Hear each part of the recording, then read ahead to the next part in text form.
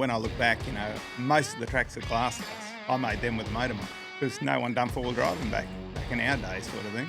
I love getting out to the remote areas, and that's where a great story comes along, Jamie. Yeah. Mr. Hazelden. It's so close to saying Hasselhoff. Hasselhoff. Oh. Jesus. Hey? Yeah. How have you been, buddy? I've been great. Real good. You're flat out like a lizard drinking. Yep. Many things happening. Everything's going on.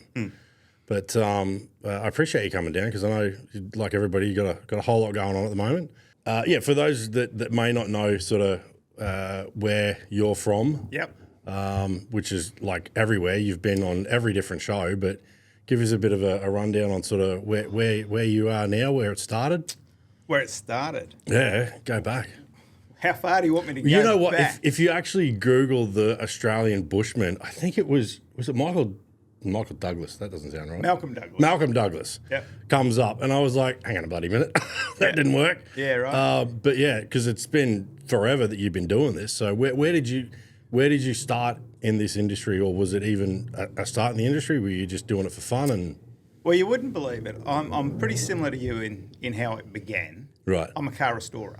Yeah. Okay. There you go. So, sold my panel shop or restoration shop. Yeah. Sold it. Went and bought a battery, solar panel, fridge. Went camping. Then I went back to the shop and I said, "Hey, none of this stuff works." And I told them why, because I fixed it all to make it work. But I needed a bit of other stuff. Anyway, this was the shop that knew the stuff, supposedly, sort of thing. Right. Anyway, next minute they said, "Do you want a job?" And that's how I fell into the 12-volt world. Yeah, right. Setting up four-wheel drives and all that sort of thing. And that was back in probably 2001. Right. So that's when I got, I was already a four-wheel drive nut anyway. Yeah. But I got into the 12-volt world first. Then I built a Defender 130 of mine. Yeah. And four-wheel drive action back in the day. They saw it, then they said, we want to video that.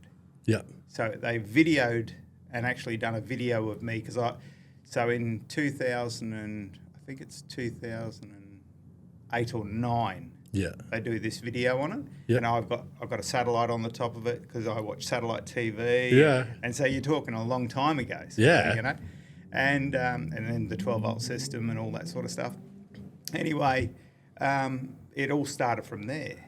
Then they got me down, interviewed me, and said, we'd like you to come on a couple of trips. Right. With four-wheel drive action. Yeah. So that's where it all started. Back then, about 2008, 2009.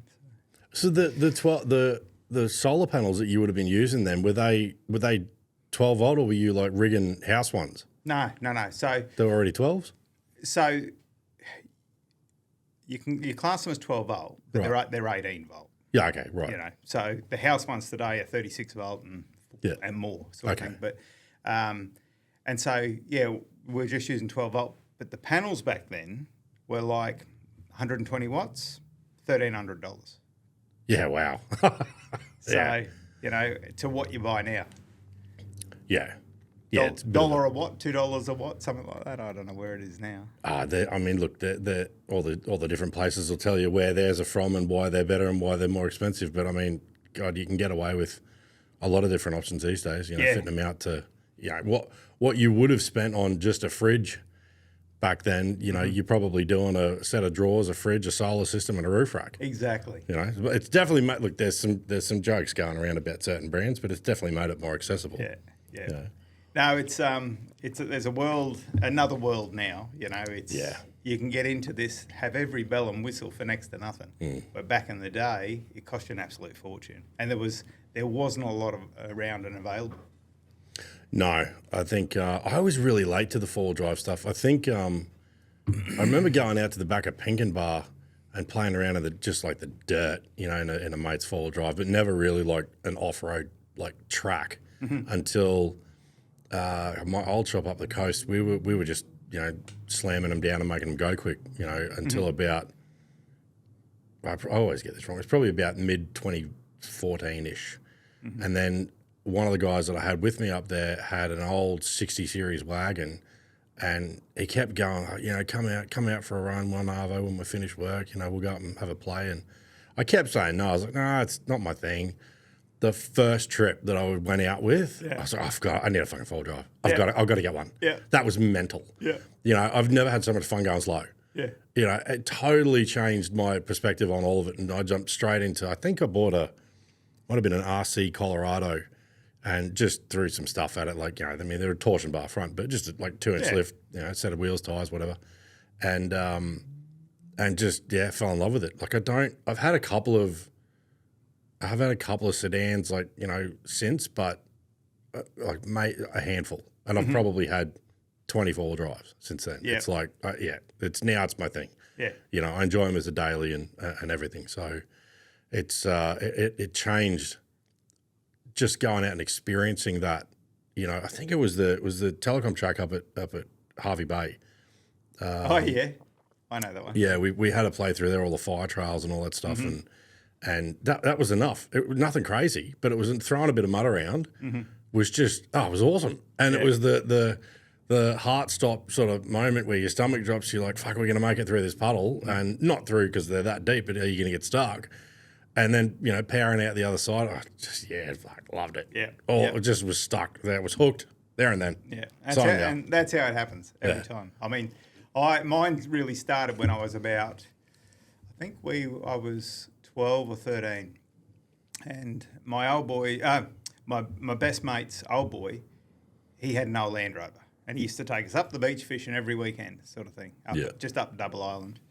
And it all started from that, and the first thing I had to get was a Land Rover, That's where it all started, because I've gone, aluminium doesn't rust as much, you can't see the rust either, sort of thing. So, Anyway, and I did exactly the same thing. And my eldest daughter, that's all we did. We went from Friday to Monday morning. Every weekend up the beach and camped. And that's great. That was living. That was living. How old was your daughter when you were doing that? Well, she's done it from 6 weeks old. Oh, wow. From 6 weeks old, and she still does it now. Yeah. She's 33 now, something like that. God, I really wish I'd been exposed. I shouldn't say, hang on. I wish I'd been exposed. I wish I'd been more open to it earlier, because I feel like there's a lot of fun that I've sort of missed out on. We used to go camping and stuff a little bit, but it was only ever to like a caravan park or something like that. None of us ever had four-wheel drives. I think when we went down to the Gold Coast when we were like 17 or something, we were driving either my Stans or his old Celica. Yeah, right. It was just a A-frame tent. Yeah. Probably a 3-man, 4-man tent or something like that. We took up too much, enough room. Yeah. Case of VB throwdowns and off we went. That's all you needed. But it would have been cool to be doing it on the beach. Oh yeah, absolutely. But it's like when I look back, to think that most of the tracks at Glasshouse, I made them with a motor mine because no one done four-wheel driving back in our days, sort of thing. No. So we used to go out there with whatever four-wheel drive we were taking and make the tracks. Yeah. Before they're well worn and worn out tracks. But we used to do what they call Hendersy's Hill now. There was another Hendersy's Hill. And so it was basically a vertical straight up, right? So we tried to put my mate's Rover V8 up there, which was a Land Rover with a V8 in it. Yeah.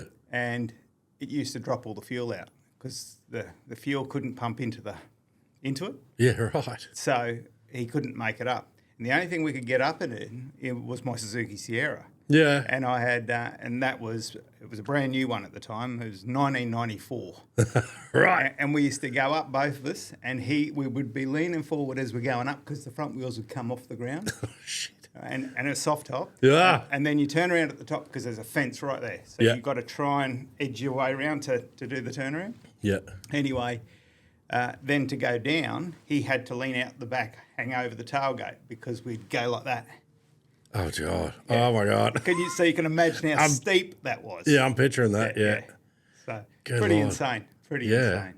But, that was the old days. Yeah, it's... I think we early-ish on, I had another mate that had one of the old long wheelbase ones like what we've got. We were working on here. And I know we were out playing around at one point. Again, it was just like sort of dirt stuff, and I can't remember how it happened, but he'd put it on its side. But there was 3 of us. We just jumped out and picked it back up and sat it back on its wheels and kept going. Yeah. So it's like, they're a lot of fun. Although you look back on stuff like that now and go, shit, like that was probably pretty close. And, when you talk about stuff like that, so my first car when I got my license, I couldn't afford much, was a Mini Moke. Nice. There you go. So we took out the Mini Moke and we took it out to Glasshouse to do the tracks. Anyway, oh, my God. Anyway, because we could get around a lot of the tracks because we could pick it up. So, so three of us. Yeah. Anyway, off we go. We go around the tracks and we're out around somewhere around Mount Beerwah, but we're in deep, really, really deep. And so we've gone down in. Anyway, we're saying there's just no way we're going to get back out. Yeah. Anyway, we got down to a point we couldn't go forward and we couldn't go backwards. So then we had to walk out of there and walk home. So, and I'm talking, like it would have been 15, 20 Ks. Oh, right.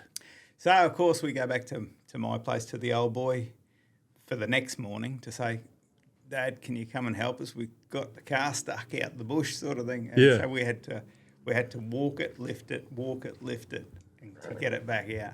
Good Lord. Yeah. That's brilliant. Yeah, things you do. But the one thing that we got from that was we never, ever forgot how many wild dog tracks were around that car when we come back the next day. Oh, shit. There was hundreds. Well, at least back then it's wild dogs. They're not going to pinch your wheels like they would today. Well, you wouldn't want to leave your car around there today. There wouldn't be much left. No, definitely not. Yeah, right. So, yeah. Wild dogs out there, eh? Back then, yeah. Yeah, okay, yeah. I was going to say, it wouldn't really be much of that left now, would there? Oh, they still, I think they still do a little bit of baiting and stuff like that, but there's nothing major anymore to what it used to be back then. No.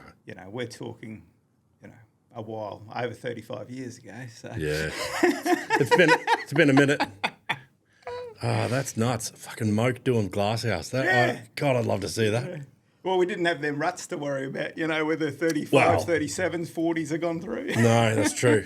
We were talking about that a little while ago, was wondering what chassis we could put a Moke body on that would be like a 4-wheel drive. Mm-hmm. So you could just have something ridiculous. And I think we came up with the concept of one of them was being a Suzuki. Yeah, it'd have to be. Yeah. That or the Daihatsu. Yeah, that'd work too. That'd be a bit of fun. They're getting so freaking expensive now. Like a half decent body's like 10 grand. But what isn't now? Well, yeah. What isn't? It's all nuts. Yeah, the market's gone stupid lately though. Like even the shop truck, we were going to flick that because the next one's pretty nearly ready. Mm-hmm. But the market, it's like it's just died in the arse. Mm-hmm. So I don't know what's going on at the moment. Mm-hmm. Yeah, but it's like a yo-yo, up and down. Yeah, well, 12 months ago you were paying you still had COVID tax on everything, and now it's gone the opposite way. Yeah. So should have. Having said that, though, there'd be a lot of good deals out there at the moment to grab a couple and just sit them aside. Mm-hmm. Mm. Yeah, you see them come up and go. So what? Talking about Glasshouse, what are your sort of thoughts on everything going on out there at the moment with the Big Red and Little Red and flattening all that back out? Look, it's just one of those things. It's been a battle for at least 20 years. Yeah. Because they still use them as fire trails. Right. So they couldn't get the fire trucks through there. No, you would. Well, I don't know how you would have ever got it up Little Red, Big Red rather. Well, Little Red. I mean, if I had still had the photos of all those places, you could just drive over them. Really? Yeah. Okay. So before they were anything at all. Yeah. Like there's another track out there which I really would like to go. I mean, my young bloke goes out there all the time now. I don't go out there. I haven't been out there for years, but And I said, have you ever found the ball bearing track? He said, the ball bearing track. And I said, yeah, it's a real stony track, and it's just stone. Yeah. And he said, no, and I can't remember where it is. But but that's an awesome track to do out there. Yeah, it's when first everybody started talking about the fact that they'd flattened it, I made some phone calls and spoke to forestries and stuff like that because I was like, I want to get like actual information, because there was a lot of it, we've left too much rubbish around, they're shutting it down. I was like, I really don't think that's. I mean, don't want to take away from the fact that people should pick their shit up, but I really feel like that's not, why they've done it. And we got through, the conversations about all the siltation and, all the erosion and the damage being done and the risk of someone hurting themselves. And I had a real I developed a certain opinion after that call going, right, well, technically by the letter of their rules, we were never supposed to be there. So we haven't really lost it. We just got away with it for a while. That's right. But then talking to Ruthie, and he was like, we should be allowed everywhere and Australia should be free and open and this and that, whatever else. And then I kind of got a bit like, well, that makes sense too, but you've got to maintain it. So unless they're going to charge an entry fee, it's like $5 or whatever for the weekend. And so I don't know how they're going to do it, but I think it's a shame that it's been shut down. But at the same time, I guess it pushes people to go to places like the Springs and, where it's a dedicated place that's managed and it's for that, and a bit of supervision out there for maybe some of the younger guys and some guidance and all that. So, yeah, I think it would be better. Honestly, it would be better because I look at my young bloke. He never goes forward driving in the day. Always night. Right. Always night, always out at Glasshouse, always breaking something out there. And you go, you need to learn how to do it first. Yeah. Like go and do these things first before trying to do it all in the dark sort of thing. Yeah. Like there was a time where Ruthie, me and Gleno, we did Glasshouse. Yeah. And it was filmed by Four Drive Action. Yeah. Back in the day. And I took them down on some real gnarly tracks and stuff like that. And we had an absolute ball. But, again, that was sort of when, yes, you can do it. No, you can't do it. Yeah. It was like that sort of thing. Yeah. And then as a couple of years have gone a bit later, we don't want anyone out there. Yeah. Because you're on HQ Plantations land, you're on National Park, and you're on private land in 3 different areas in the vicinity of the same area. Yeah. So. Yeah. I think, look, from a safety point of view, but see, like Gleno said it really well too. It was like, and I don't know what is your young fella driving? Land Rover. Right, okay. Need I ask? Oh, I love it. Yeah. But no, he was like, Gleno had a good point. He was like, when they were coming up, it was these, old non-turbo diesel Hiluxes and whatever else with, probably 4-corner leaf. Yeah. And you had to learn how to drive it. You weren't just powering through stuff. Yeah. And it was a whole different ball game. And he was giving some of the young guys a good serve about, they're out buying these new trucks that have traction control and this and that and whatever else. And, they're not learning how to feel a track and, and all that sort of stuff, which I think would be a really good thing too. Like I think it's probably one of the reasons I go back to all the 80s all the time, because it's like you can still, it's got some of the creature comforts, but you can still feel what you're doing. Magic, absolute magic. Yeah. But I mean, it's true because the young generation now just throw some money at it and put lockers in. Yeah. Well, drive it all without lockers first. Learn how to drive and how far that car can go, because as soon as you've got lockers, it goes in further. Yeah. And if it goes in further, still somebody's got to recover you or get you back out. So it's always something like that. Yeah. Yeah. But what's with your the off-road adventure show? Mm-hmm. What's happening with that? So we pulled the pin on that show. Right. So I think more so Jess and I, we sort of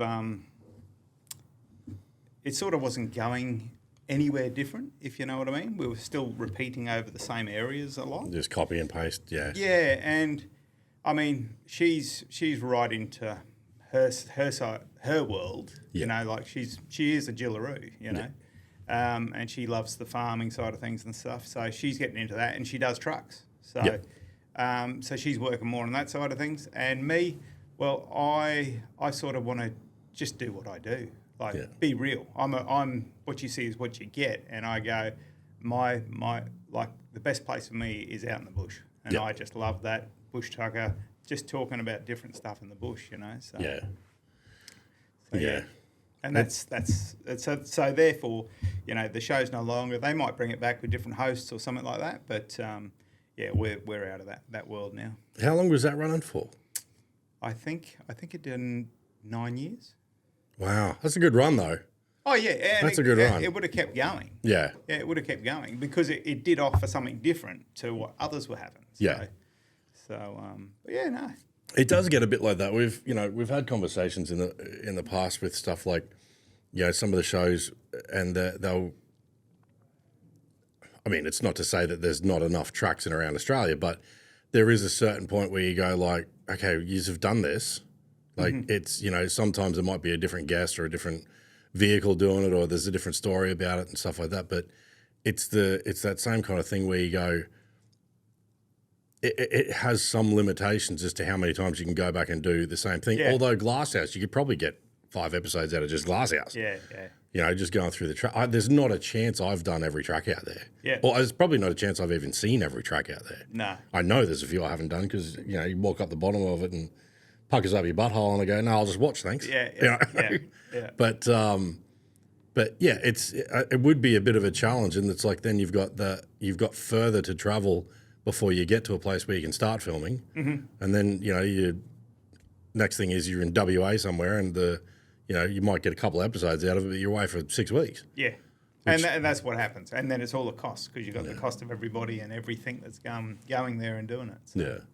What do you do when you're out filming for yourself now? Do you do that? You do those trips like a behind the scenes look at what you do when you're away? Do you take a couple of people with you to help out, or?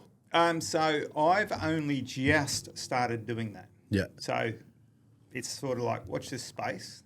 Yep. It's happening now. So I haven't launched nothing yet. It's coming. Yeah. But yeah, it's because I mean, like me, I love getting out to the remote areas. Yeah. More so than anything, and going to places where no one's been. Yeah. And the great part about that is I get to spend time with the Indigenous, and because I love their culture and I get on with a lot of them in a lot of places, I get to share and see places that no one will get to see. Yeah. And that's where a great story comes along, Is there any kind of restrictions when you're dealing with that sort of stuff as far as what sort of is, I don't even know what the word is, like what they'll allow you to film? Like, is there any restrictions with cameras or? So, totally. 100%. Yeah. I mean, the thing is, it's respect. Yeah. So, and you see a lot of them. There's a few out there now that who are getting around the place with a few of the local mobs and stuff like that, and they're having a ball. Yeah. But they're doing the real stuff, where if you're an outsider coming in, well, you're only going to see this much. Yeah. Sort of thing to... If you're there, like I was up in Arnhem Land and I spent 6 hours a day hunting and gathering. Wow. That's because that's the norm. That's what you do. You don't have a job in a sense, so you're just collecting food to eat the course of the day through. Yeah. So, that's something you can't even explain the experience. So. No.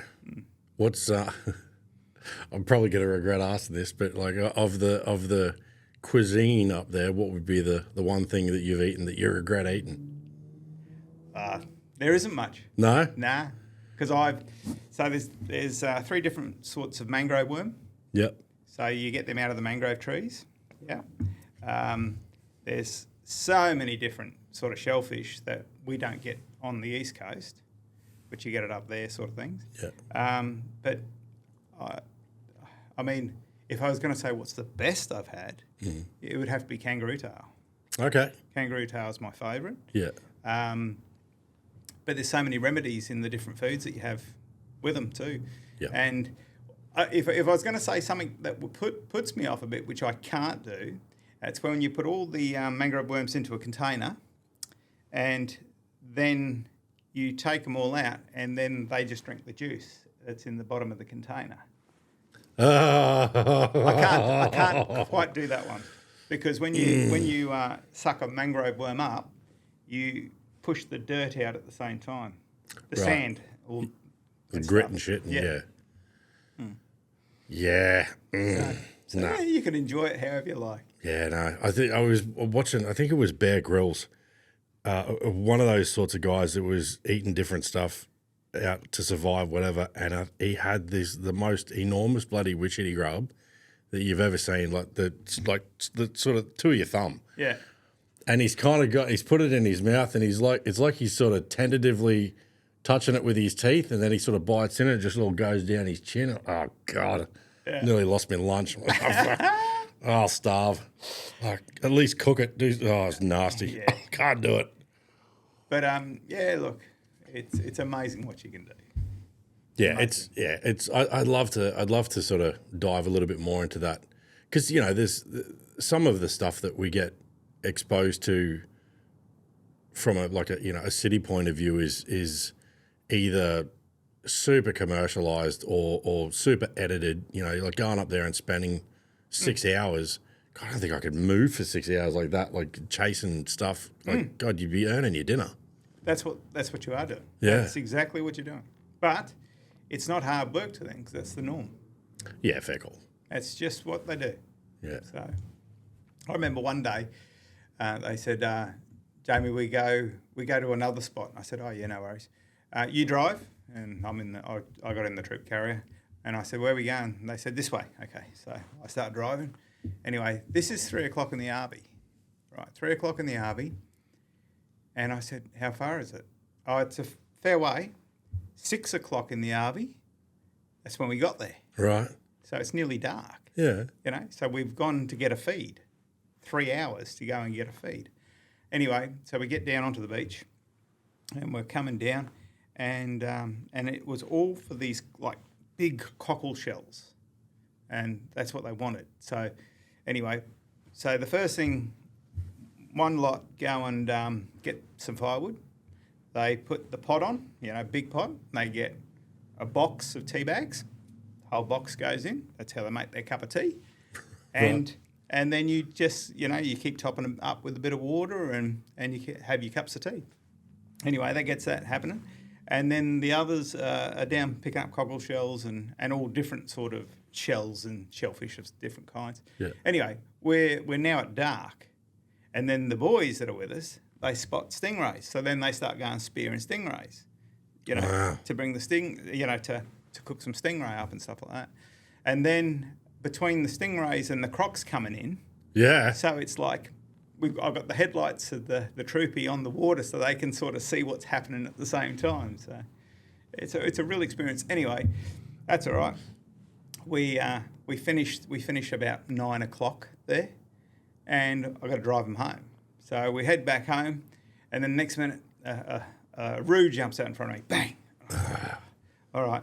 So I walk out, pick it up, go slap, slap, grab it by the tail, slap, slap, make sure it's dead.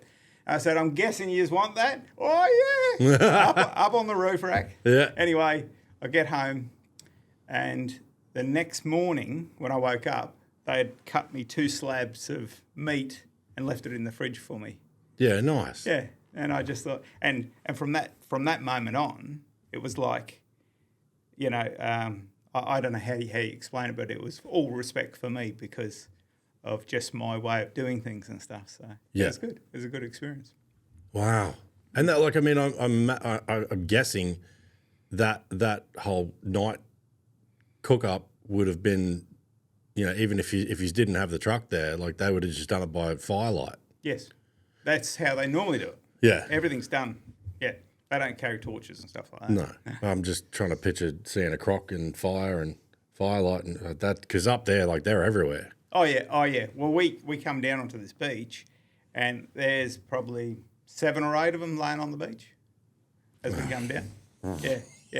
So, yeah. I got a very healthy respect for those animals.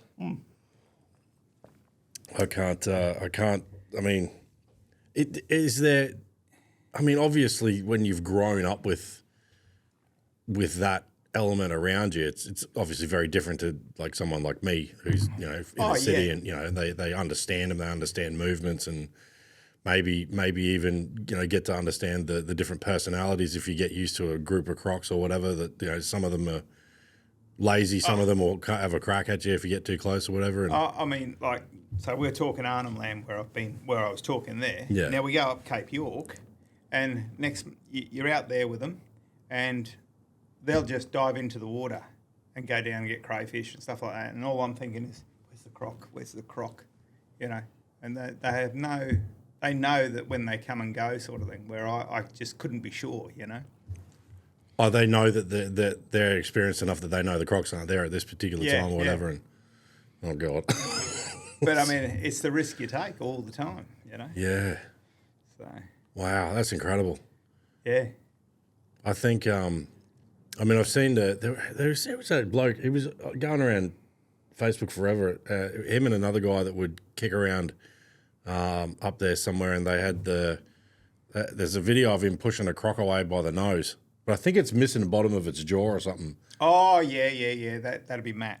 Matt, yes. Matt Wright, yeah. Yeah, until I'd seen that, I mean, look, don't get me wrong, I'm sure it'd still have a crack and tear you apart, but just that, he's like chewing it like a freaking dog. Yeah. And you're like, fucking hell. You're nuts, mate. Yeah. Oh, but I guess, when you get used to them and you know them a little bit. It's still one of those things, isn't it? Yeah, well, I mean, look at Steve Irwin. Did you ever meet Steve? Yeah.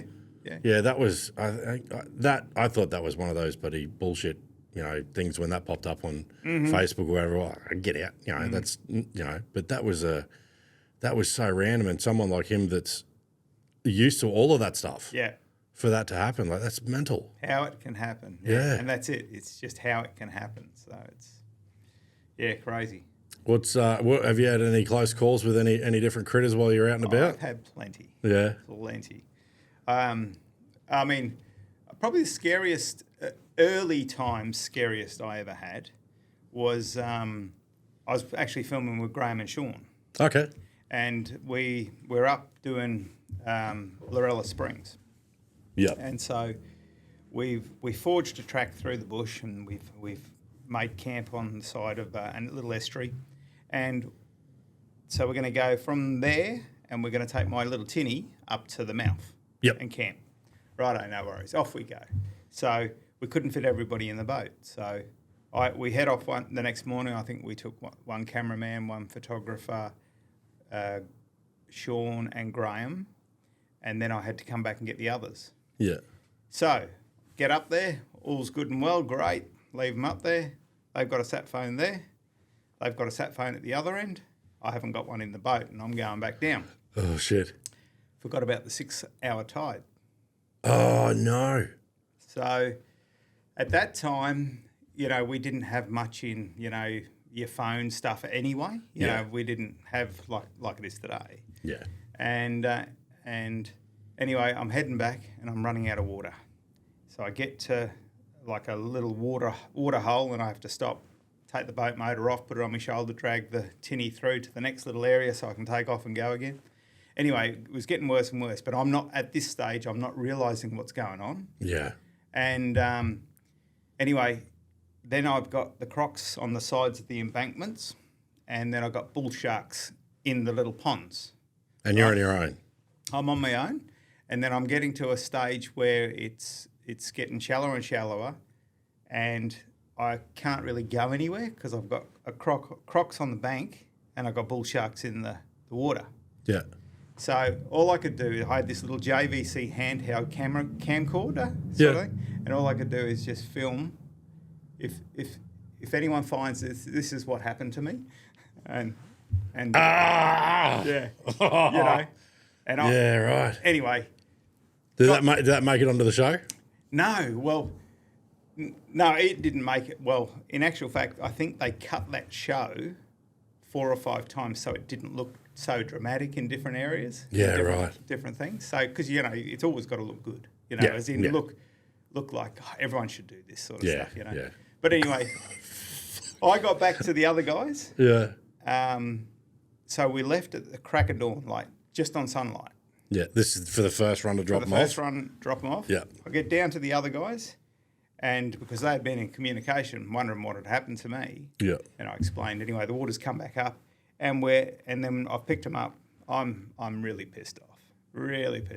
Anyway, and I head back up there, and then we get back up to where the other guys are, and it's dark, pitch dark. But we had to get out of the boat to get the tinny in because it was just mud. And I mean, mud that was right up our legs, sort of trying to drag a tinny in and get in. Yeah. And I was livid because of what had happened and everything. How close it all was. But, it all worked out. It all worked out well. No one was hurt. But when we woke up the next morning, because we threw our swags out on the bank and that's where we all slept, we'd all washed all the mud off us. And right beside us was this big croc slide where we slept. So that's the novice part, you know, when you haven't had any experience with that stuff. Yeah. But now, of course, everybody's savvy with all that sort of stuff. Well, they should be, because there's enough of it on social media and everything else. So, but back then we weren't. No, no. No. Yeah. I can't.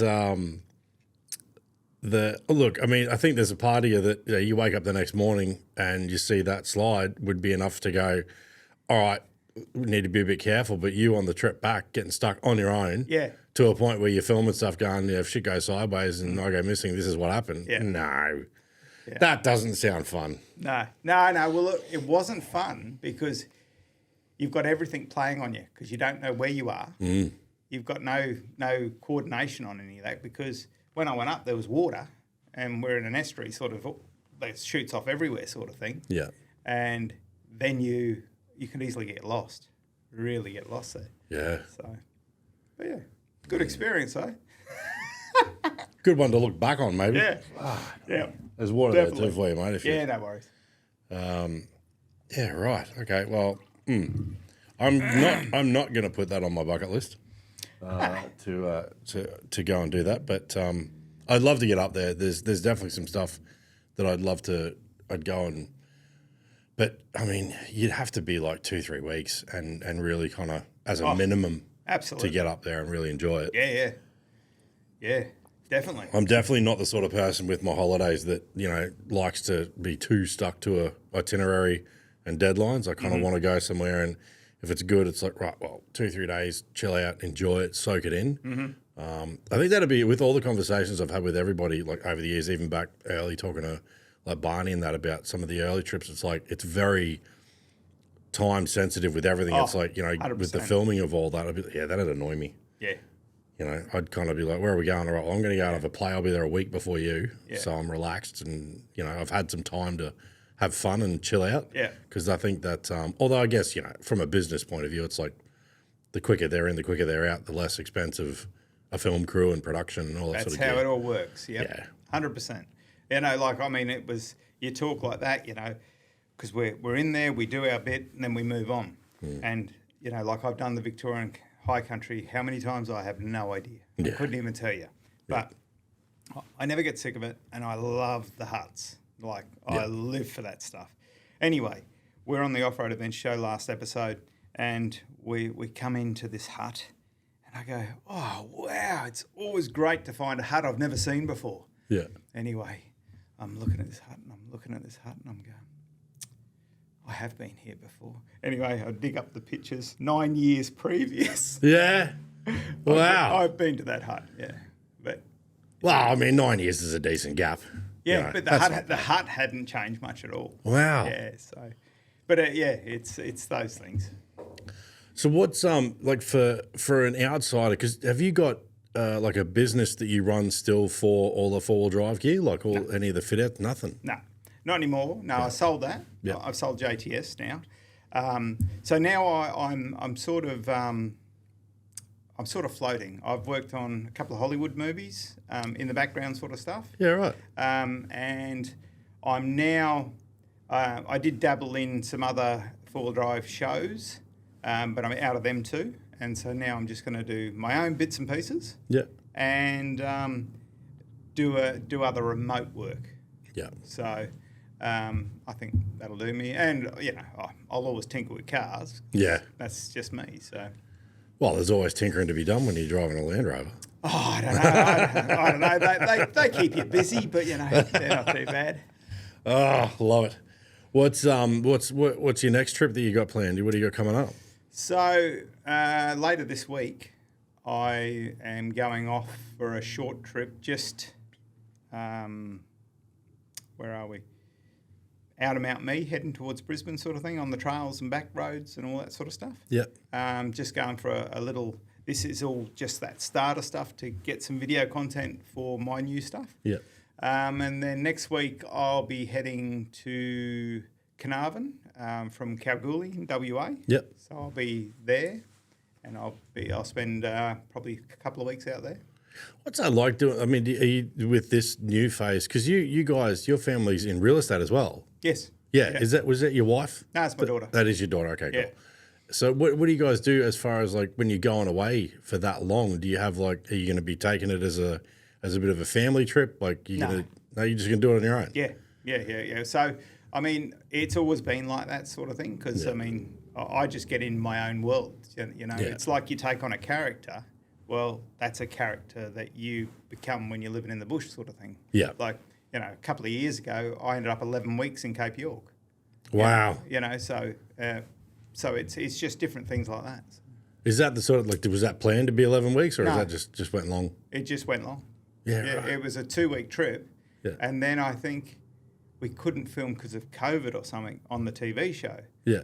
And I went, well, I'm just going to stay up here. Yeah, right. And then I ended up flying the wife and kids up. Yeah. And then they travelled home with us. Yeah, that's cool. So. Yeah. Yeah, that was good. I was going to say 2 weeks to 11 weeks. You must have a very understanding wife. Yeah. Well, it happens like that, you know. I'd get home from that and she'd be gone, or the couch would be made up. Yeah. Yeah, right. So so how long have you been filming for? When did you start filming? Was with Action? Yeah, I'd say properly filming since 2011. Yeah. And is that as a result of being on like their show? Was that like that looks like fun, I could do something like that, and sort of made you go out and chase it for yourself, or how did that come about? Your show? No. Well, I mean, I've always done it. Yeah. Before them, you know. So yeah, right. I've always done exactly that. You know, like a lot of my camping gear is all 20, 30 years old. So yeah, no, I mean as in the filming. I'm talking. Yeah, okay, right. Yeah. So yeah, right. Yeah, no, we done little home movies and bits and pieces for years. Yeah, okay. Long before the real stuff side of things. Yeah.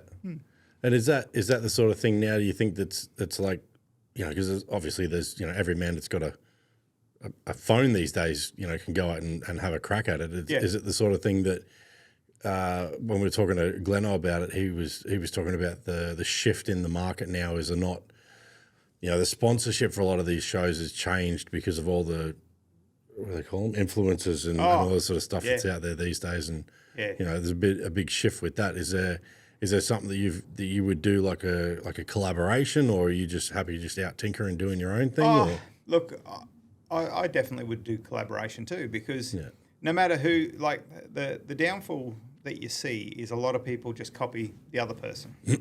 Yeah. But content-wise, you know, it's just how it is in the world today.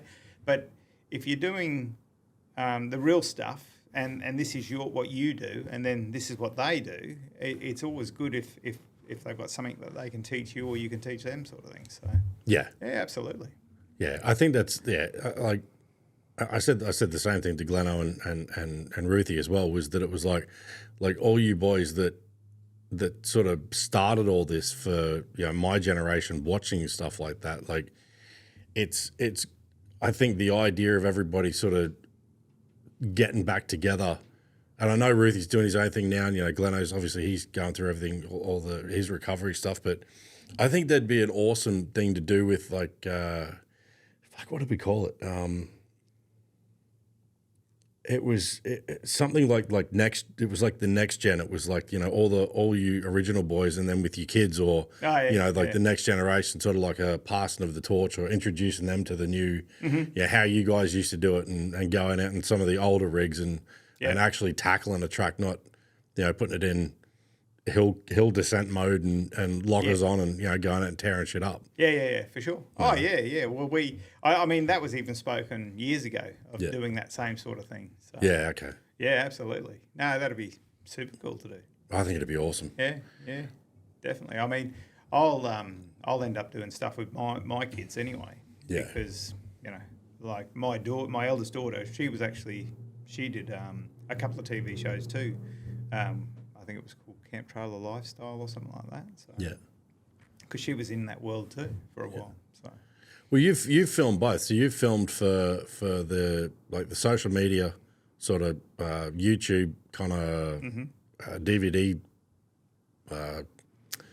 production and you've done stuff for like TV as well. Is there like from a point of view of when you're filming and you're going away on trips, is there much of a difference or? Not really. No, not a huge amount. I mean, it's, you get caught up in politics with it, a lot of it. So if you've got sponsors, you've got to please the sponsors. And I mean, and so you should if they're paying you or they're giving you the bits and pieces, but you've got to draw a line on what you can and can't do. And the one thing that I was always big on, I always have been, is I don't use a product that doesn't work. Yes. I mean, I can't stand watching these people that use products that when they don't work and they still promote them out there that they do work, sort of thing, you know. It drives you up the wall. But if you can be true to yourself and just run with what works, doesn't get any better than that. Yeah, I think that was Ruthie was pretty open and honest about why one of the reasons that he left that setup as well was he was like, I'm not putting my name behind any more of this stuff. No. And I think that's fair enough too, especially if you've got people that are, they might have an experience where they're out and about and they've got this product, call it a winch, and it lets go on the first trip or whatever, and it's like, these pricks have been saying X, Y, Z, and it's a piece of shit. Yeah. I would be the same. I would be like, I'm not doing that, Yeah.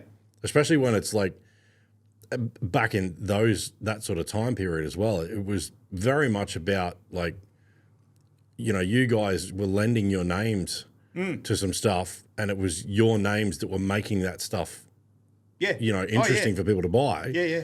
I mean, okay, the price is one point as well, but there's a lot of cheap shit out there. If if you've got a nobody saying it's great, well, okay, whatever, you might sell a few. But when you got guys that are doing this for a job and on camera saying this is the duck's nuts, you'd want to be. Yeah. Oh, absolutely, and that's exactly right. Like one thing I used to do, because I had a 12-volt full drive shop, I knew I'd be going on a trip, and I would add products to my vehicle before the trip, because I knew 100% that people would contact us to go, how much is that? Where do I get that? This, that, and the other. And I used to do that always. Yeah. And they used to know I used to do that. Yeah, but we've had a joke on this too. It's like, we're the same. We don't sit there and go like, like, I don't even have a beer. Oh my God, we've done so many without beer. We don't sit there and go like, we recommend Great Northern beer. It's just like, if that's what we're drinking, that's what we're drinking. Yeah. But we don't really, there's certain things like I've put together, for the build series and the podcast series, like what I think is like some of the best out there as far as what I would use on my own car. I would go and buy Method wheels. I would go and buy, Yokohamas. I would buy MAXTRAX and like I've gone, my dream setup for my rig, what would I have? And then I just went to everybody that I knew and went, I want to do something and this is what I want to do. Yeah. But, and like, oh, there you go, this. Like Carbon Off-Road and like Steve at In-House Fabrication does all their snorkels, obviously Barney, Legendex, like all these boys, Huracan, they're some of the best out there. And I'm like, I'm not going to have anybody up there that I wouldn't put on my own truck. Yeah. And I have faith in every product or whatever it is that if I'm going to sell it, if I'm going to put it on my truck, then I'll sell it, in the shop. Yeah, absolutely. So it's the same kind of thing. I think it's just a bit of your own integrity with what you're willing to put your name behind too, Well, when you're like yourself, when you stand behind the business you've got, you've got to be like that. Yeah. You've got to be like that. I mean, like we had an unbelievable reputation because of that. It's exactly the same things. So. Yeah. Well, and how long ago? So that's okay. So you sold the shop. You're out of all that. Are you still tinkering though? You're still doing your own toys? Yeah. It seems to be a full-time job though. It does. It does. It's shocking. Absolutely shocking. Yeah, but it's a bit of fun. It's better than being bored. Oh yeah. Oh no, I'll never get bored at my shop, my place. Because I see, like, I've got a 27 Chev, I've got a T-model Ford, I've got a Series 1 Land Rover, I've got my Defender, I've got my Mitsubishi Canter. I'm just building a Suzuki Sierra for my daughter, for her first car, my youngest daughter. Yeah. So, yeah, there's plenty of cars to tinker with. What do you reckon over all the years, everything you've owned, what do you reckon to be the favourite? Oh, crikey. What would be the favourite? if we're talking four-wheel drives, it'd be my original 130. Right. My original 130. I wished I'd never sold that. Yeah. Just over I think it was just over 1.1 million kilometres on her. Holy shit. Yeah. Wow. And motor hadn't been rebuilt, but I'd replaced the head. Yep. Yeah, right. And that was the bee's knees. The ultimate that was. Yeah. Just did everything every time. Yeah. Never an issue. I mean, it had a few issues, but nothing was an issue. Nothing that you couldn't, nothing that was unforgivable. No. What about, obviously you spent a lot of time on the beach, but, you're the Australian Bushman. If you were going to say what your favourite would be, are you beach or are you bush? Probably bush. Yeah. Bush to desert. Yep. I'm in a really happy place when I'm in the desert. Yeah. Yeah, I love the desert. So, yeah, I can spend a lot of time in the desert. Is there for people that are going to do a trip, is there like a handful of stuff that, because obviously the desert, there's not exactly a lot of stops, once you start, what is it? There's what is it where they cross, and it's something like you've got to have, I don't know, 2,000, no, not 2,000, maybe 250 litres of fuel or whatever. But that's Canning stock route. Okay, there you go. Yeah, so that's you don't tackle that until you've done a lot of other stuff, because you've got wells all the way along, and you may have to get fuel dropped, so you've got fuel to pick up on the way, and because just in case, some of the places don't have any fuel, because there's not a lot of places to do that stuff. As in, like, some of the servos out there? No, no servos. Nothing? No servos, no. Nothing anyway? No, just that you might have a community. Yeah. And I'm not saying there is. I can't remember what it was now. But there's some good books on doing that track, for sake of argument, on where and what you can get. Yeah, okay. Because you're a long way between places, to do that. Yeah, I think I'd love to do a lap at some point, but there's definitely a lot of trips to do prior to tackling that. But yeah, I know there's a few sections of that where you've got like a long way between touch points. Yeah. Yeah, there's a place. I met this young fella when I was working on the show scene with the Woodses. What's it called? They do the Perth show, and they do the Sydney show and the Adelaide show. Anyway, I was with the young fella, and Len Bedell, which is a highway that sort of runs from Cooper Pedy into WA sort of thing. Yeah. So he was like, he founded all that and made that actual track and stuff. Yeah. That's a track I want to go and do. Like, it's not maintained or anything like that. And so you've got to. It'll be like you can definitely do it. It's just you need to make sure you cover everything for fuel, water, and everything else. So that's another one of those 2 weeks into 11-week trips. Could be, yeah. Whatever happens. Yeah, right. Yeah, because I can't think of anything more or better than taking on a challenge and then something goes wrong in the sense of breakdown or whatever, and you've got to work a way out of it or fix it to get out. And you do a lot of this stuff on your own. Yeah, yeah. You got a fucking set of balls on you doing that. It just doesn't get any better. Like that gives you a high.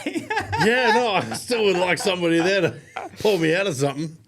Yeah. Yeah, right. Yeah, well, we're out filming the other day, and I knew my winch wasn't working, and we had a lot of rain, and I went down this slope, and I thought, didn't know what's down the other end of the slope sort of thing, Yeah. And went down the slope, and I had to turn around at the bottom and come back up, and I was full noise, double diff locked, and I had probably 7 or 8 attempts to get up this hill. No phone reception. No one knows I'm actually there, because that wasn't where I was going, sort of thing. But that was only close to home, Yeah, that's not too bad. That's not the middle of the bloody desert. No. But I mean, it's when you're doing a trip like that, as in it's not far away. You haven't got everything with you. Yeah. You're not set up for everything. You know, it happens. Well, we've had it happen on many trips where we've come across people that have rolled over or in the middle of nowhere and they've rolled over and they've got no phone reception. We're just lucky that we come across them, you know. Yeah, that's a bit scary. I think that's one of the bits for me where, you know, when we go out and we'll have a play, I mean, geez, even in Glass House, I haven't been up there for, God, at least a year and a half, sort of 2 years. But even up there was just a day trip. I've always been the sort of person that would, you know, it's always good to have a second truck, whether you're in lead or someone behind, because it's just, I don't know. I tend to think even when and I mean, you guys have driven more tracks than you've probably forgotten more tracks than I've driven. Yeah. But, you know, but for someone like me, I would say, you know, intermediate, you know, at best, because I'm definitely more of a tourer and camping and drinking beer on the beach. Yeah. Like I'll have a play on the way there.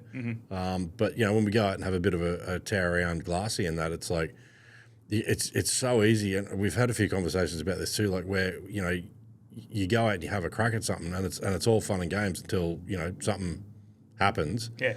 And hence, you know, some of the conversations about Glasshouse and the risk and why they've sort of done what they've done out there. But it's like, it can go bad real quick and, you know, doing that on your own. But I mean, you guys that have been doing this for so long, it's a lot different. I would think, you know, you guys is a lot more, well, I wouldn't say second nature, but you can probably read a situation a lot better too than, you know, than the rest of us that are more weekend warriors. Yeah, well, I mean, we sort of did it from the beginning where we didn't have lockers. So we had to read our tracks, you know, because otherwise we're hung up with leaf springs, you know. Yeah. A lot of that's changed now, you know, with the coils and everything else. So you had to read and understand what you were actually driving, because I know that we've done. A funny one years ago was we're in Coffs Harbour, and anyway we're waiting for some people to come, and I'm driving up and down this track and driving around it and all this sort of stuff. And anyway they arrived, and then we said, where are we going? And they pointed at where I've been driving up and down around. Yeah. And that was called the Widowmaker. Right. And I didn't even realise it was a hard track or anything like that, but that's what we were going to do. And they're talking about a person had rolled it the weekend before there and this, that and the other. And I just... You've just been playing around. Yeah, it's a bit of fun there while we're waiting. So, you know. Lord. But, I mean, it was probably a hard track, but, you know, it was a bit of fun just while I was waiting before we were going to actually film it. Yeah, that's cool though. You're like, you come out to film some heavy shit and you've just been out playing, doing it on your own. Yeah. Yeah. Yeah, it happens. Is there anything on your bucket list for Aussie that you haven't done yet that you'd like to do? Oh, there's lots. There's lots. So, I mean, the biggest thing will be, which will be later on in time, just spending a lot more time over in the Kimberleys. Yeah. And that'll be that, and probably up in Arnhem Land. I'll spend a lot more time up there, sort of thing. Yeah. But that's all. I mean, later on this year, I'm in the Gulf, and that's going to be something quite special. Yeah. Again, I'm going to a place where not many people know even exists, and it'll be I don't know exactly, but it'll be a show and tell. Yeah. Again, it won't be told exactly where it is because I can't. No, that's fair enough. But I mean, hopefully it's going to be some good stories there. Like I'll take my Can-Am buggy with me, and because see, I take the buggy when I take the canter, my truck. Yep. Well, I can go so far with the truck, and then when I can't go any further, then I can take the buggy. Yeah. And the buggy, well, there's not many places it doesn't go. It's double locked and everything else. So. Yeah, right. Yeah. So. That's cool. That's what we need to build. We need to build a buggy. What are you driving? What is it? It's called a Defender. Okay. Right. Of course it is. Yeah. It's a Defender HD 1000. Yeah. It's the mud version of the Can-Am. Okay. So it's got snorkels and everything, and. Yeah. I love that it's got a snorkel when if it's needing the snorkel, you're underwater yourself. Yeah, well, the thing is with them, like I've done the Cape in a buggy many times. Right. And when you've got to do the water crossings, the water gets into everything sort of thing. And that's why you've got to, with the snorkel, because your airbox is low otherwise. Yeah. And, it's brought it right up. So, yeah. I was on, what's it called? The, I've forgotten. We're up in Cape York. The track that just got washed away in those floods that were up there. I've been living under a rock. I don't know.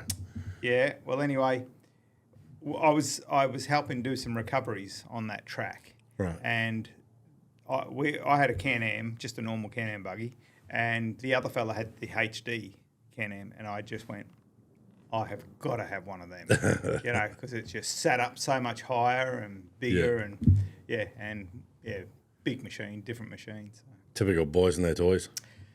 Look, if you're doing that stuff, good purpose to have it. Yeah, I think that'd be a bit of fun. What is there? Because the gazetted roads up there that everybody's driving on, are they technically? Because we're having this conversation about insurance and stuff when you're off doing these trips. Like, at what point your normal insurance is going to say, yeah, no, you shouldn't have been there. We're not covering that and whatever else. Yeah. Does that then, if you're still on a road where your insurance is going to cover you, like all the gazetted roads and all that, does that mean you can't drive the buggies on them because they're not registerable, are they? Yeah. Really? Yeah. You can get rego for them. Yep. Like normal, not normal rego. No, right. It's because you're up in them areas, sort of thing. It's up a road, down a road, cross a road, sort of thing. It's not up and down the main road, sort of thing. Yeah, I was so gonna get one and take it to Macca's drive-through. But I mean, it's like if you want to go, like I had a Can-Am quad. Yep. And we were filming in Tasmania, and you've got to have Tasmanian rego. Yes. Use that everywhere in Tasmania, but you can use it everywhere in Tasmania. Really? And it's just awesome. Yeah, that's cool. Yeah, because I don't know how many Ks we've done, but we've done a lot of Ks on quad. Yeah. So.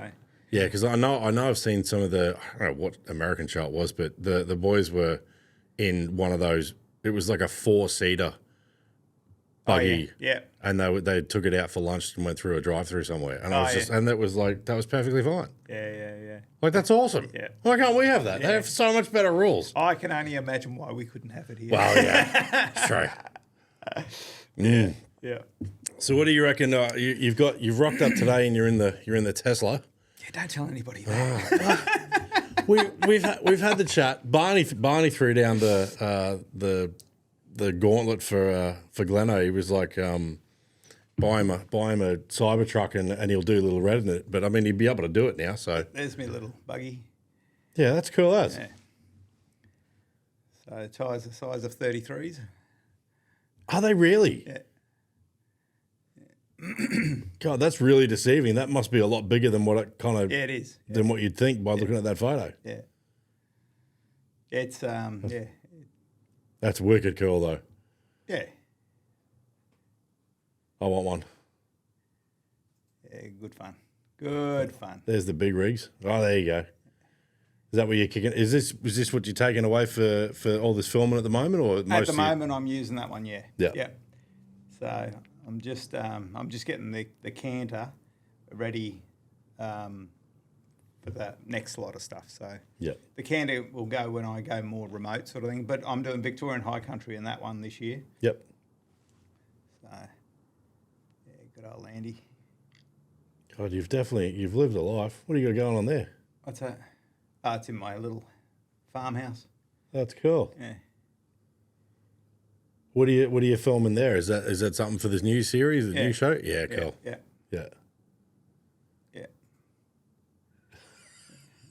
That's gold. That's one of my other ones. Yeah. I love it. That's awesome. So with all the electric vehicle stuff, what do you reckon they're going to do? Because the F-Truck's coming out with them now and everybody else is making them. And look, I don't know. I mean, I just love that sort of technology. Like when you look at a Tesla and you look at all the things it can do and features and all that stuff, it's just so far ahead of everything. Yeah. You just go, wow, this is amazing, you know? And then when you think you've got so little cost really to it, Yeah. You know, like, yeah, you've got to charge it up. You've got to do all this sort of stuff. But hey, at the end of the day, I mean, I look at I got electric MG. Yep. That does probably 150 kilometres to 200 kilometres every day. Right. Every day. Yeah. And then you go, we've spent nothing on that thing. Nothing at all. What is there when you start charging that every night though? Is it something you notice your power will go up? Is it like is it adding in that regard? I put a big solar system in. So there you go. Yeah, so it's sort of I have no idea in that sort of sense because you know I sell more. Like I got 30 kilowatts. Yeah, so it's a big system, but yeah, okay. It probably does put up, but I mean, I was talking to another fella and he said it costs him I think he does 80 to 100 kilometres, 80 kilometres a day. Yeah. And I think he said it costs him around about $100, something like that, per 7 days. Yeah, well, it's still a lot less then, isn't it? That's crazy. Yeah. So, but I don't know. I don't really know the figures. So. Yeah. Well, yeah, we're not trying to sell Tesla stock here, so it's all good. Don't have to be too accurate with it, but it's been one of the hot topics. Has been the 4-wheel drives and touring and stuff like that, and until they, the challenges with that until they've got either charging stations everywhere or. I don't think I could go down that path in honesty to having a 4-wheel drive that's electric and all that sort of crap. Like I just like the just tinkering with what they are right now. They're around town stuff. It's like even when you were moving that thing around before, like it's dead quiet. Oh yeah, yeah, and it's a beautiful car to drive. Yeah, other than the bloody driveway here and the little bits of gravel bits of under the tires, you wouldn't have even known the thing was moving. No. They're an amazing thing. But, they're not something that I would go and rely on as my everyday car sort of thing. So, yeah. I mean, as much as I love it, I use it all the time sort of thing. So yeah, it's just a nice car to drive around. So what do you have a name for this new series yet, or are you keeping all that? No, it's just going to be the Australian Bushman. That's okay, cool. The Australian Bushman. So, yeah. And it'll just be doing, bringing tips in and all sorts of different stuff, Yeah. I think it's sort of just bringing a different element because, like I say, a lot of people just do what everybody else does. Yeah. And I'll just do what I've always done, which when new people see that, they go, I didn't know that. Yeah. And then I go, I didn't think that you didn't know it. It was the fact that that's just something I've done all the time. Yeah, so you're more so out there just telling your story and your experiences versus, because I guess now that you're doing it on your own too, there's no ROI, there's no, you're not having the TV bigwigs about how long an episode is and what you did and what you covered and how many products were in there. You're just doing you. Yeah. Yeah, that's the authentic part of it. That's where I think everything is getting a lot more attention these days. And one of the reasons that I wanted to do this the way we're doing it too is because it's just conversational. There's no, we don't have as much as obviously we've got people involved from the build series side, and we like to promote people that, and companies that we work with, but there's none of that. It was like, I wanted to own it so that there was no issues. Yep. And we could just have a chat. And it's like, if it goes for an hour or 2 hours or whatever it is, it's just having fun. Yeah. And I think that's the most important part is bringing out what's real. Yeah. No fluffing over with all the bullshit and everything else. For sure. Yep, definitely. So the Australian Bushman. So you've got all your Instagram, YouTube. Yeah, well, I haven't been on social media for really probably a couple of years. Okay. I've been really quiet on all of that side of things. Yeah. And that's why I'm just getting it all pumped up, started again. Back up. Yeah. So, so that YouTube has done very, very little, really. Oh, yeah. A couple of years ago. Yeah. And now we just started doing these shorts. Yeah. So, the shorts seem to be where they're at now. It's like everything, and they're all that. What is it? What's the difference between you got the different types of camera angles? You got what was it? Portrait and landscape. Mm-hmm. Yeah, and it's like everything for ages. Everybody was, it's got to be landscape. It's got to be landscape. It's got to be landscape. Now all the shorts, everybody's wanting them in portrait. Yeah. Works better in portrait. But the shorts are really good. They're a lot more engaging, I think. And I mean, the people's attention span these days is a bit different too. So click on the Arnhem Land one there. What's there? Yeah, click across. That's making a Yidaki. Click across again. That's medicine. Click across again. There we go. Mangrove worms. Oh, that's rough. Does that play? Well, bloody warning. I've been travelling across this amazing country. That's a golden oldie. About its culture and hidden secrets from people who live there. Today I've just been out hunting with these lovely ladies, and I can't keep up with them. They're just amazing. I've got my little boots on so that I don't get cut up feet. These guys are all barefoot. On oyster beds. Good Lord. Across the oyster beds, the coral, in all the mangroves, with no fear, no worries whatsoever, and I still can't keep up in my boots. We've got oysters, we've got all sorts of shell, fish, all sorts of things. It's just amazing. And little Katie here, well, she's been helping me heaps. Look at them mangrove worms. Yummy? So you cook them? How do you cook them? You boil them up in hot water. And then the other ones we just eat raw. So it's just amazing. And you have to boil that one. No. All right.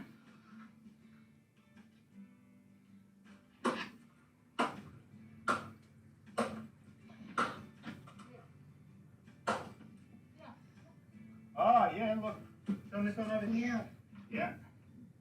There you go. What an experience. Jesus. Wow. I was expecting they were going to be in the bloody dirt, not burrowing into the tree. Ah. Wow. And you put them in the little container. There's one called lichen, and so if you've got a sore throat, that's the one you have because it'll get rid of your sore throat. Yeah, right. But they're lichens, they're white ones. God, they destroy the trunks of those trees, don't they? Absolutely. Yeah, right. Wow. So what are we on now? We're on YouTube. No, that's the Instagram Reels. Yeah. Okay. Yeah. Very cool. I don't know how much of that we'll be able to play through here because we'll probably get in trouble by somebody. I don't know how all that bullshit works. No idea. No, I don't know. I don't pretend to understand it all. Although Instagram might be a bit different. I know YouTube's a bit funny with ownership of footage and whatever else, but Instagram might be all right. But all right, cool. So that and you're in the process of filming all that. So the Australian Bushman is going to come back as a new little series, just you out doing you. Yeah, that's awesome. I mean, it's just the whole time I've ever been doing this, all I've wanted to do is just share the stuff I get to see and do with people. That's it. And it's always been so hard, and now I've just decided, no, that's it. I'm just going to go and do it, and whatever happens, happens, and we go from there. Because I know there's people going to jump on board and get involved in different ways, as they always do. But right at the moment, I haven't got anybody involved in it. Yeah. I'm just doing it. So I think that's the best way to do it. That's why one of the reasons that we did this too was it was like I'm just going to start because I'd held off and we had a couple of different renditions. Different sort of layouts and stuff like that, and I knew kind of what I wanted, but I got to a point where I was like, if I keep critiquing this, I'm never going to start. So I was like, right, we'll just set it up like this, get it going, and it's like, you can watch. Who were you talking to the other day? It might have been Stephen, Young Mind Stephen. We were talking about, if you click through the videos, you can see the transition of how it started with me. I had the laptop in the beginning for the first 4 episodes, and then we moved that, and the different layouts that have changed through the table and all that sort of gear. And we're only on, I think this is like episode 17 or 18. I think it is. But it's already changed a lot, and I've learnt a lot. And because I'd never done anything like this before. It was like I don't mind talking shit, but an actual filmed kind of conversation. Like I'd never done anything like this. So, you know, we sort of just was like, no, just jump in and see what happens. And because we don't have to have any of that structure, we've got no, you know, investors with return on investment kind of, you know, down your throat with minutes or product or whatever. You know, it's like it can be just have chat, and it's, you know, a lot more fun that way. And I think I've said this a few times. You're probably a lot different in regards to this component because you do a lot of solo stuff. But one of the things I've noticed is that everybody being so busy that I've noticed the phone downtime and just engaging in a conversation with these episodes has been something that I didn't really realize that I'd sort of missed and had let go of. Yeah, right. Because it's like this, we're talking to, again, it's everybody, we've always got a phone in their hand. Yep. And you go out to dinner and you see people like they're with their partner or their whatever, and they're all just looking at phones and all that. It's like this for me has been a really good, interesting process of obviously I'm learning a lot too, because I'm talking to people and having these types of conversations where I'm like, if you didn't engage and you just sort of watch the YouTube stuff, it's like you only get so much insight into people's, you know, history or, you know, the stories that they can't tell on other shows. And, you know, so all of it, I've just been loving it. It's been awesome. So I'm kind of like, I'm still of the same idea as I was in the beginning. It's like, you know, if it goes somewhere cool, if it doesn't, I'll have a heap of beers and some good stories to tell, you know. Absolutely. And I mean, it doesn't get better than that. Yeah. Doing exactly that. That's for sure. Yeah. I mean, the one thing I've taken away with, like you were saying before about, is there much difference between TV and the YouTube and this, that, and the other? Yeah. Well, if I was going to, if I was going to say a difference, it's I've got to get used to not thinking about how long I'm talking. Oh, yeah, right. Because I've got to fit in 30-second talk here, 15-second there. Yeah. And when I'm doing what I'm doing, because I notice that with a lot of people when they're doing stuff, they've talked and they've come round in a big circle on what they talked because they haven't set what they're talking about.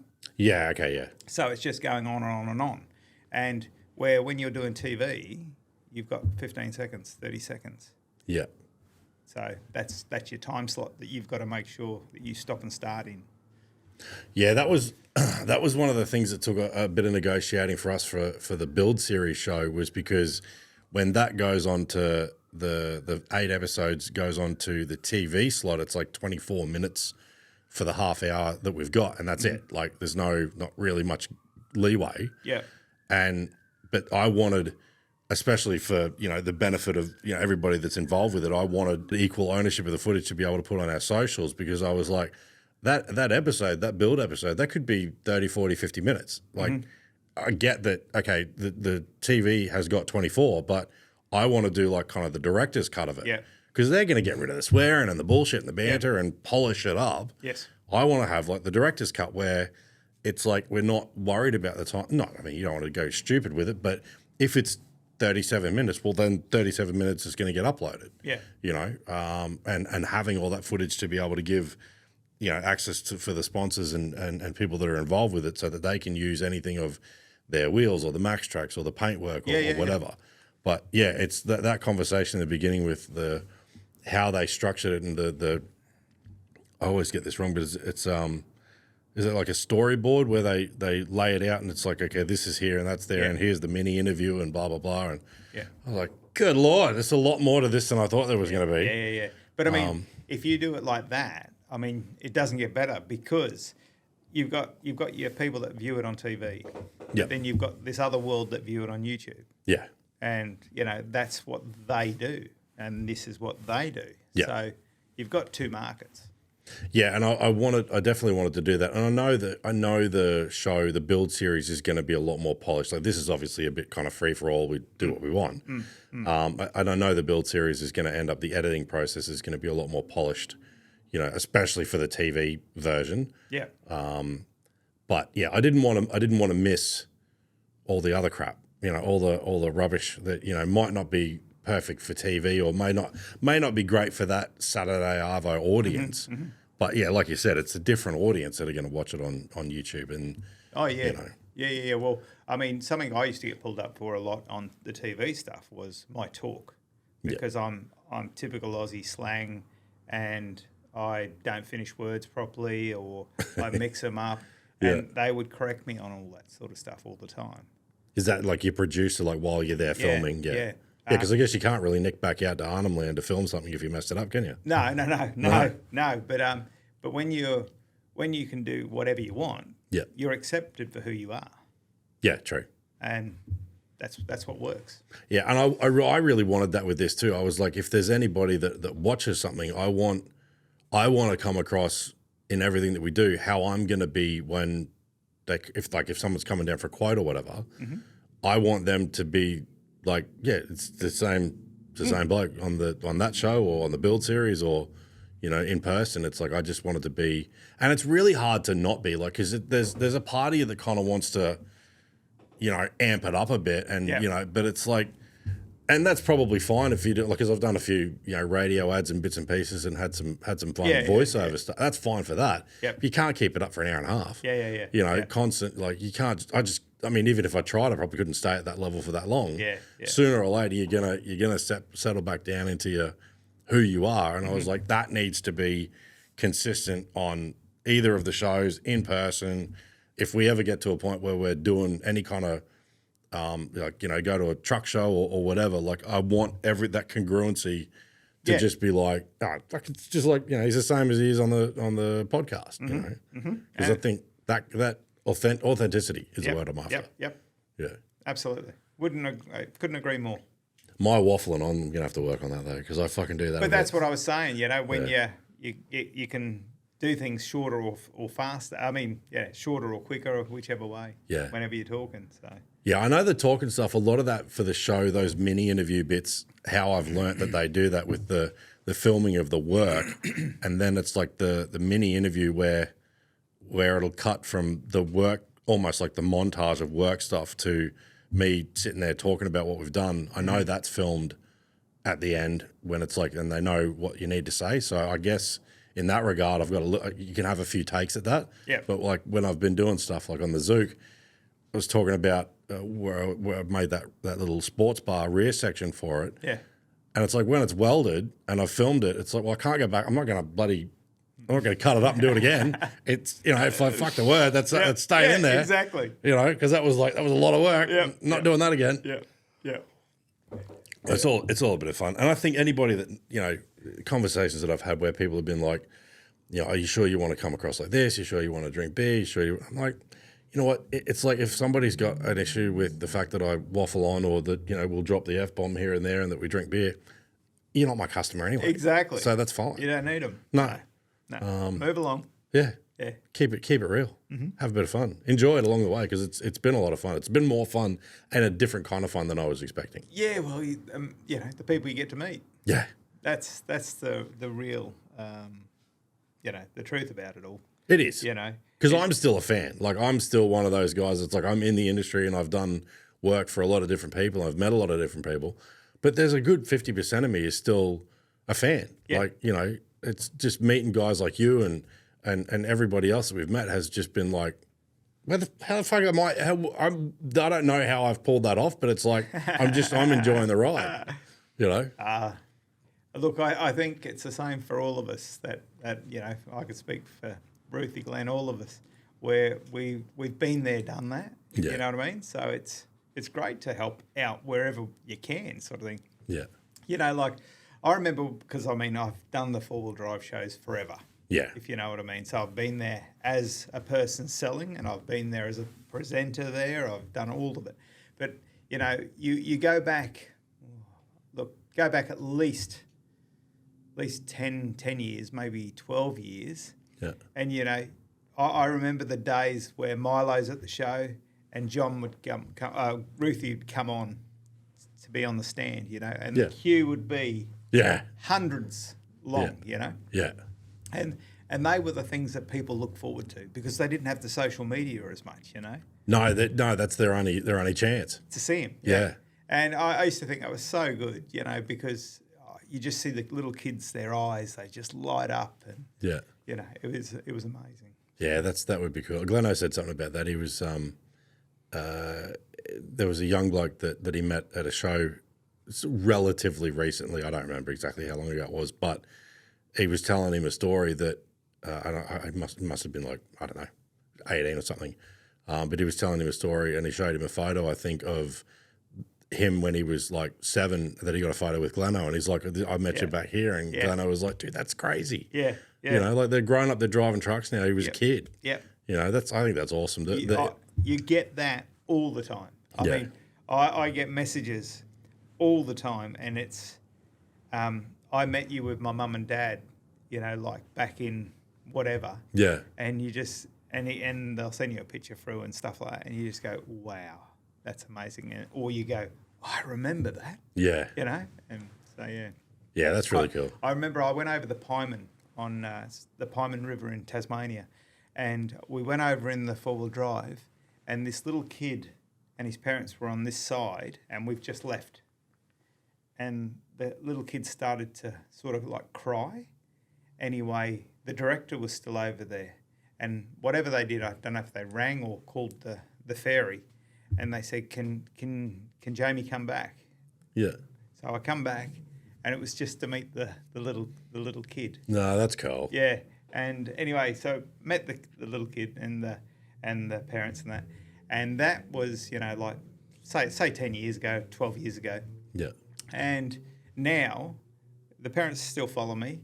Now the son's, you know, that little boy is 18 years old now, sort of thing, and he still follows me, sort of thing. So it's it's just memories like that you just can't get. So yeah, I think it's good. Like that sort of attitude towards the followers and the fans and stuff is really important, because there's a handful out there that are, you know, too big for their boots in some regards, and you kind of like, you know, like it's and I don't drop names because there's no point, but it's like there's a certain part of me, you know, like someone like the Rock, I think, said it where he was like, he's always going to have time for his fans, because he's like, without them, you got nothing. Yeah, they're the reason that he's got a job. Yeah.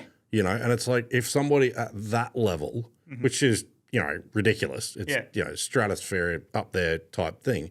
It's like, if someone at that level can have that, be humble enough to know that that's why they've got a job, that's why they're doing what they're doing, is because of the fans. It's like, fuck, turn it on. Yeah. You know, like, and, no, I couldn't agree more. You know, I think it's, you know, I've met a few people over the years, and there's definitely some that are more like yourself, that are more authentic than others. And it's like, you know, you can almost feel like you're an annoyance to somebody, and you're like, you know, calm down. Yeah. Like, you know, you're not that up there.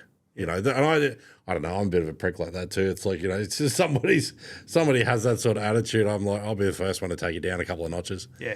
You know, but I think it's important that and don't get me wrong, everybody has a shit day. Like, I'm not casting, you know, a complete judgment over anybody, but it's like, when you're out and about, if somebody's gone out of their way, that they're a fan and they follow you and they support you and all that, and all they want to do is say good day, it's like, fuck, mate, say hello. Yeah. You know? Oh, absolutely. I mean, if you can't, or if you have an issue with it, you know, you shouldn't be doing it. Really. I agree. You shouldn't be doing it. If you think it's all about being, look at me, and, you know, and being somebody just as a show pony side of things, don't do it. It's crazy. But, you know, then there's that difference between people that are doing it for the paycheck and people that are doing it because that's just what they love to do. That's big difference. Yeah. I think that's probably one of the reasons I said yes to doing the show too, because I was like, well, I'm going to be doing it anyway. Like the work that we're doing, I'm going to be doing it anyway. So for me, filming it is like, I'm just filming what I would have been doing even if I wasn't filming it. You know, like there's still like the 80 that we're building that's out there. You know, that's a design I've had in my head for a while. So that was always going to happen anyway. And the Zook and, you know, all that stuff. It's like and it's probably one of the reasons that I get something out of it too, is from my own personal, you know, my selfish kind of side of it, is like, I get to show a little bit more of what we're doing here too, because I don't advertise anywhere. Yeah. It's all just repeat and referral, always has been. So this is giving me a chance to go, well, you know, this is like my wall, you know, that's what I've been doing for the last 6 years. So, you know. Well, word of mouth, it works. Yeah. It always has worked. and it does work. Yeah, that's for sure. Well, look, I'm definitely looking forward to the new series coming out. Have you got any idea as to when you're going to start dropping them, or? Probably. What are we in? So we're going to just turn into August. It'll be probably late September, maybe October. Okay, cool. Yeah, it's not far at all. No, it's not far, but I just want to be ahead of the game, sort of thing, so that we can continue with.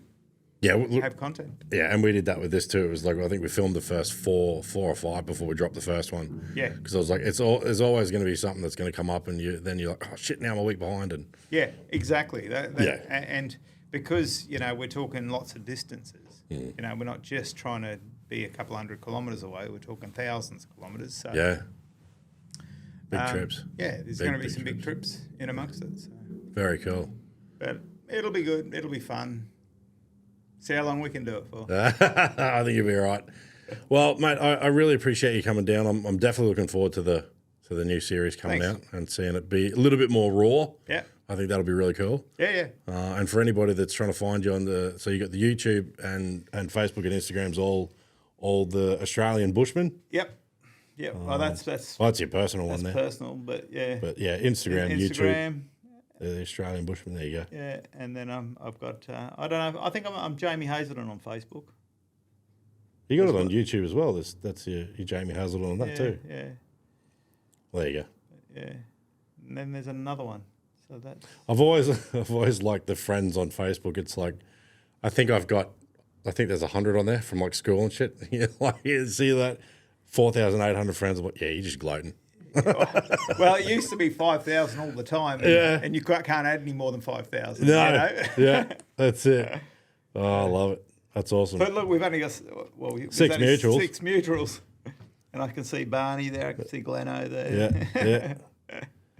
Very cool. Oh, dear. All right, my man. Well, thank you for sharing some time with us this Savo. No worries. I appreciate it. Next time, we might be able to crack a beer next time. Yeah. Sounds good. We will do that. We will do that. Maybe one or two. There you go. Awesome. Thanks very much, buddy. Thank you. Bye, everybody.